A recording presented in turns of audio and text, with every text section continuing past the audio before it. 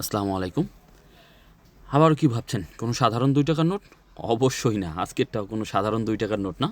কারণ আজকেরটাও এটার স্পেশাল হচ্ছে এর সিগনেচার। এটাও দোয়েলের একটা ২ টাকার নোট। এরকম পলি করে রাখা হয়। কারণ নোটগুলা খুবই স্পেশাল এবং খুব কম পাওয়া যায় এইজন্য। আর এটাকে স্পেশাল বানায় এটার governor MK. Anwar. MK. Anwar হচ্ছে প্রথম গভর্নর যিনি ২ টাকার নোট, এই ২ টাকার নোটটা ইস্যু করা হয়।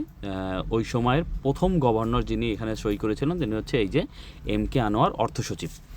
এই জন্য এই নোটটা বাংলাদেশের প্রথম ২ টাকার নোট হিসাবে মার্কেটে আসে, তখন তার সাইনটাই থাকে এম.কে. আনোয়ারের। এই জন্য এই নোটটা সবথেকে স্পেশাল এবং রেয়ার।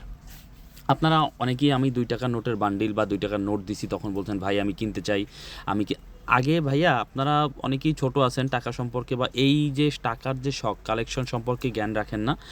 আগে জানেন যে নোটের দাম একরকম হয় না। যেমন এই নোটটা আমি কয় টাকা দিয়ে কিনছি সেটা আমি ভিডিওর লাস্টে দেখাচ্ছি।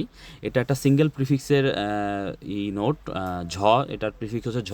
আর ২ টাকার নোটের সবগুলোই সিঙ্গেল প্রিফিক্সের এম.কে. আনোয়ারের এবং টোটাল ৭টা প্রিফিক্সের নোট আছে। আর এই যে নোটগুলা অনেকেই ওরকম জিজ্ঞাসা করেন ভাই কয় টাকা?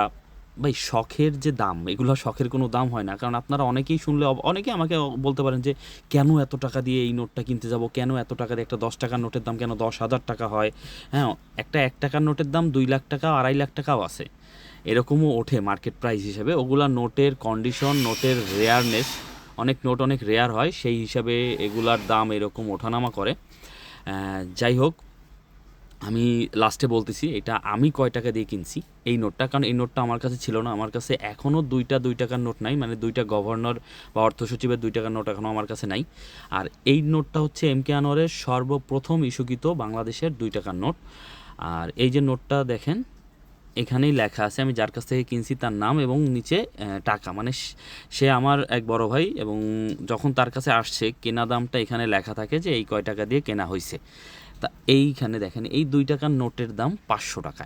একটা ২ টাকার নোট যেটার দাম হলো ৫০০ টাকা, কারণ এটা এম.কে. আনোয়ার অর্থ সচিবের বাংলাদেশের প্রথম নোট।